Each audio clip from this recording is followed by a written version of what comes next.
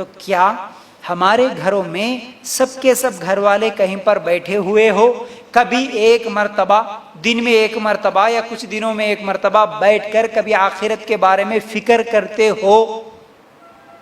اپنے بچوں سے بولتے ہو بیٹا، اگر کبھی بول کے دیکھیں کسی کے گھر میں سنے، کم از کم بیٹا تم جب مر جاتے نا اس کے بعد یہ ہوتا، کبھی بولے ایسا؟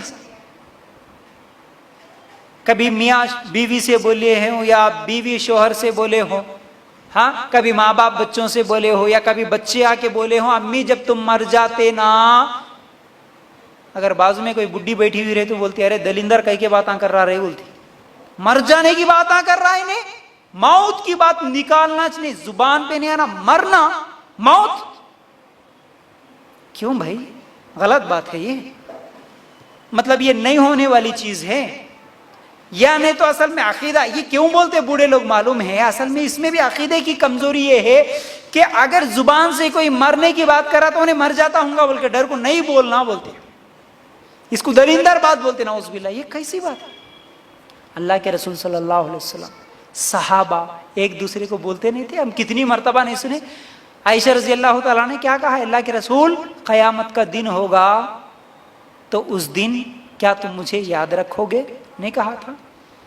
علی رضی اللہ تعالیٰ عنہ، فاطمہ رضی اللہ تعالیٰ عنہ کے تعلق سے آتا ہے نا کہ جب میں مر جاؤں تو تم میرا غسل دینا، اگر تمہاری موجود یہ کہتے ہیں کہ نہیں میری موجودگی میں اگر تم مر گئے تو میں تمہارا غسل دوں گا، یا تمہاری موجودگی میں مر گیا تو ایک دوسرے کو بول لیتے کہ تم میرا غسل دینا میں تمہارا غسل دوں گا۔ ہمارے گھروں میں ایسا ہوتا؟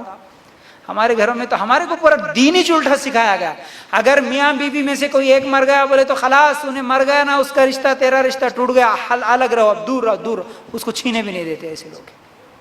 حالانکہ صحابہ، اور یہ جائز بھی ہے، اگر عورت مر گئی اس کا غسل اس کا شوہر دے سکتا ہے، شوہر مر گیا عورت اس کا غسل دے سکتی ہے۔ ہمارے پاس مرنے کی بات ہی نہیں ہوتی۔